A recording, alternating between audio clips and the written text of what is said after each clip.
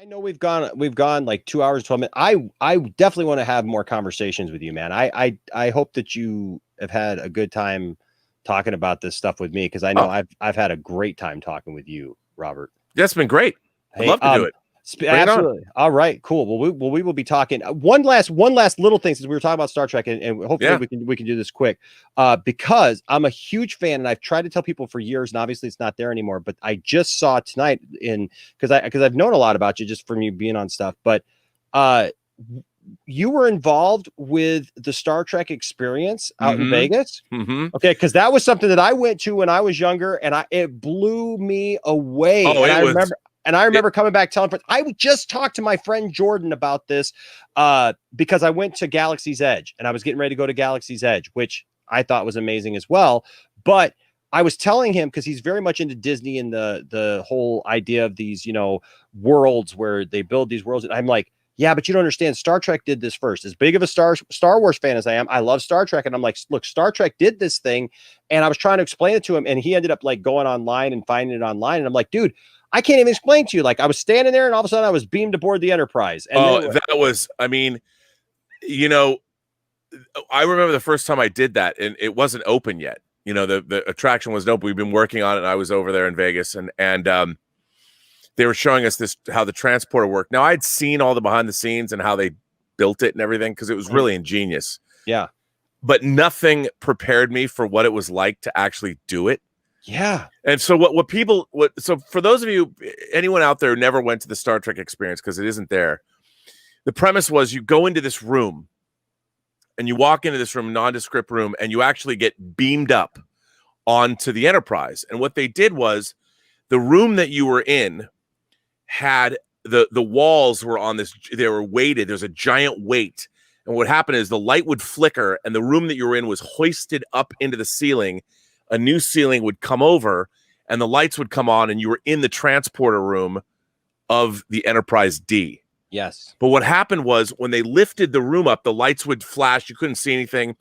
When they lifted the room up, the air would be sucked up with the room. Mm-hmm. So it would feel like something happened to you. Yes. Like it would feel like you were beamed. And the effect, and when the lights come up and you're literally on the transporter pad because the lights on where the floor would light, they would change and they would become the transporter pads. And you're standing there and the illusion was seamless. Mm-hmm. You're on the Enterprise, then they would take you out of the transporter room. You walk down a corridor that's in the Enterprise, and they had actors that were dressed as Starfleet officers, and you get in an elevator and you go up to the bridge and you're on the bridge of the Enterprise D.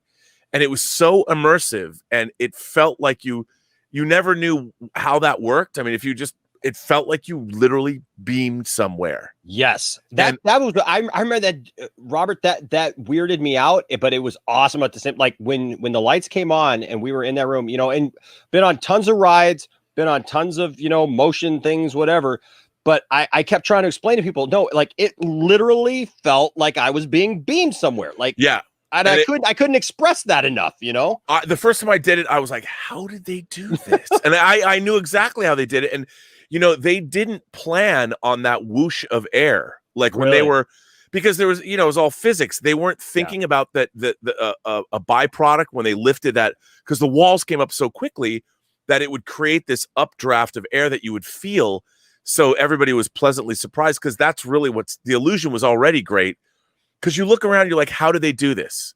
Because there was no indication. It's not like when you're on the Haunted Mansion and the elevator stretches, I mean, it was great. But so how I got involved, it's funny. It's a funny story how I got involved in working on the Star Trek experience. So I'll do it quickly. So I used to write in the mid-90s. I wrote for a magazine called Sci-Fi Universe magazine that Larry Flint published. And he published a lot of other magazines, not just porn magazines, but all kinds of magazines. He had a publishing empire. So Sci-Fi Universe, we all, my little group of friends, we all wrote for Sci-Fi Universe. And I was like the critic at large. And we did an award show. And it was our second award show. And I did a video, like a montage video. Now you've seen that there are a dime a dozen on YouTube. But I did a montage video back in '96 called Star Trek Eternal. And I cut it to a piece of music John Williams had done for the score for Nixon. Okay. And it was a great piece of music. I'm like, I want to cut something Star Trek to this. So I did. You can see a really low res version of this because I put it up when YouTube first started. Yeah. But it's called Star Trek Eternal. So if you go look Star Trek Eternal up, you can see it, but the quality is terrible. But it's there. So I made it for this award show, and then people asked me for it. So I put my name and address on it, and I made people. I copied it on videotapes, and I sent out a ton of them. Wow! Over the course of 1996 to people who wanted it, and it got sold at conventions, and people copied it. So one day I get a phone call like out of the blue, and they're like, "Is this Rob Burnett, the Rob Burnett who cut Star Trek Eternal?" And I'm like, "Yeah." And they're like, well, this is so-and-so. I'm calling from Landmark Entertainment. And I'm like, oh, cool. And they're like, well, we're making the Star Trek experience, and we need somebody to come in and edit all of these videos that you'll see as you go through the attraction. Like, there'll be big videos playing as you walk in, but then we need a video about the Borg and a video about the Romulans, and we need somebody that really knows their Star Trek. And we liked your video, and can you come in and meet with us? And I'm like, yes, I did. Maybe. So, and this is so funny. So I go in there, and they have all the episodes like in this room of Star Trek: The Next Generation. And the guy who's interviewing me goes, "Okay, well, how well do you know Star Trek?" I said, "Oh, I know Star Trek pretty well." And he says, "Well, let's say I wanted to find a scene of a Romulan and a Klingon like fighting, maybe a Romulan stabs a Klingon or something." I said, "Oh, well, you could look at the 6th season Next Generation episode, Birthright Part 2. I love that about you, Robert. That's awesome. And I was saying it not in any ironic fashion. I mean, he's just asking me a question, and I'm like, oh, I thought about it. And he goes, wait a minute. And I said, no, the 6th season, I explained the plot. There's this prison camp, and the Romulans have been keeping these Klingons for a long time. And I said, I don't know exactly if there's a Romulan stabbing a Klingon, but there's an altercation at least. I mean, there's something we could use. Sure. And he looks at me and he goes, "You're hired." So for the next year and a half, this is the best. So for the next year and a half, all I did was edit videos. But before I could start editing, I had to digitize every episode of Star Trek up to that point. Oh, wow. So I had to watch, and to digitize them, it was in real time. The only way you could digitize into the Avid at the time, you had to play the tape and digitize it in real time. Yes. So I sat there for 5 months. I got paid $2,000 a week to go to work and watch Star Trek episodes. Oh, and wow. I watched like 10 a day for almost 6 months. And that's all I did.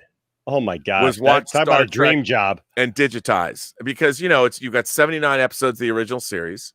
You've got 178 episodes of Next Generation. Yeah. You've got 172 episodes of Deep Space Nine. And up to that point, there was like, I don't know how many seasons of Voyager there were. I think it was 2, and I mean, that's a lot of Star Trek episodes. A lot of Star Trek, so I would do between 8 and 10 episodes a day, 10 if I wanted to stick around more. But I mean, it was just, it was what a job that was. And then I edited all the stuff. Wow. And it was great, and it was there, and then they swapped it out. They changed stuff later, but it was great stuff. It was great. It was great stuff, and that's how I worked on that for a year and a half. That the whole thing. Wow. So, man, I just remember when I went to the Star Trek experience, I was visiting family out in Vegas, and they were like, "Hey, they got this new Star Trek thing at the Hilton." And I was like, "Wow, that's an interesting place to have that." Okay. And just going in, man, I was so enamored with how they did it, how they had the timeline wall that showed like in real time from actual history of, flight up through the space shuttles and everything all the way up, then all of a sudden Star Trek canon takes over, and you've got, First Contact, and you got all those things and all the story, and you're seeing those things, and then you're seeing for the first time, these props and different things from the movies and the TV shows up to that point. And you're walking in, and then, like you said, you're basically told. I really loved the fine little details, Robert, of that ride. It's not a ride. I mean, there was a ride aspect to it, but it was more than just a ride, because you were truly immersed. Yeah, it was in that world. Yeah, it was an experience. It's such a great job. My name was actually on the wharfs, the security, the arch that's behind the captain's chair. Oh, really? Yeah, my name. People that worked on the show, and the L cars section, my name was on that. And I will tell everybody, look, I looked this up for my friend Jordan because I was trying to explain it to him. There are walkthrough videos on YouTube where you can actually watch the walkthrough video of like what it was like. And it just brought back so many memories because yeah, I mean, you went into this room and basically you thought you were waiting for the ride. Is what you thought. You thought you were waiting for the ride, and then all of a sudden this whole thing happens. You get beamed aboard the Enterprise. Everybody's in character. You're literally walking down the corridors of the Enterprise. You go up to the bridge, and the door.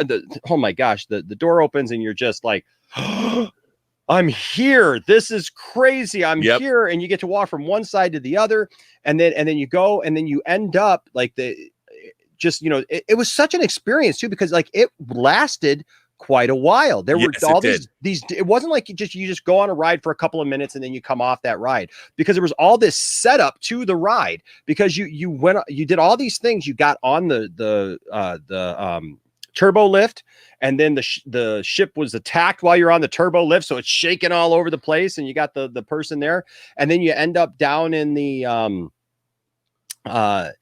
cargo hold or whatever, and you have to board a shuttlecraft.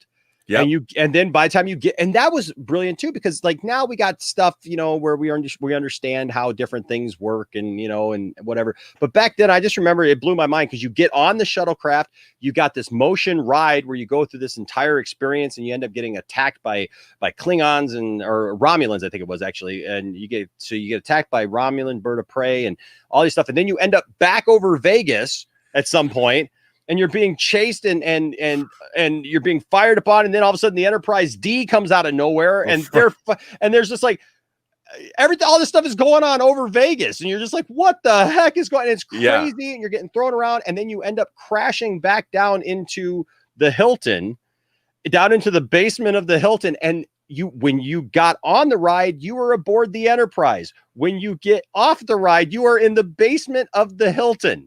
And there's a dude standing there with like a mop and a bucket looking at you. He's a janitor, and he's just looking at you like, where did you guys come from? I mean, the actors that they put into those situations were fantastic.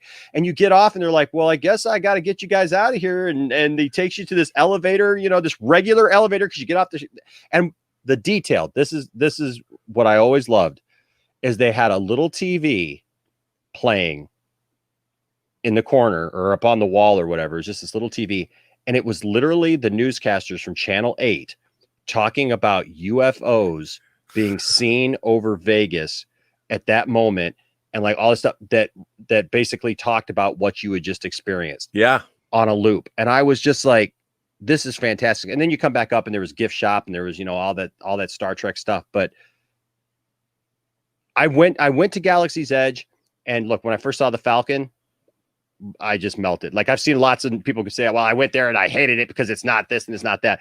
I enjoyed it. Like, we just went back in February, right before all this stuff hit for my wife's 40th Did you birthday. go to Disney World or come out here to LA? We went to Disney World. We went to Disney World. Yeah, we went to Disney World. And so I loved it. I mean, like, I don't know how you can like see a full-size version of the Falcon and not just be like, I'm in love, you know?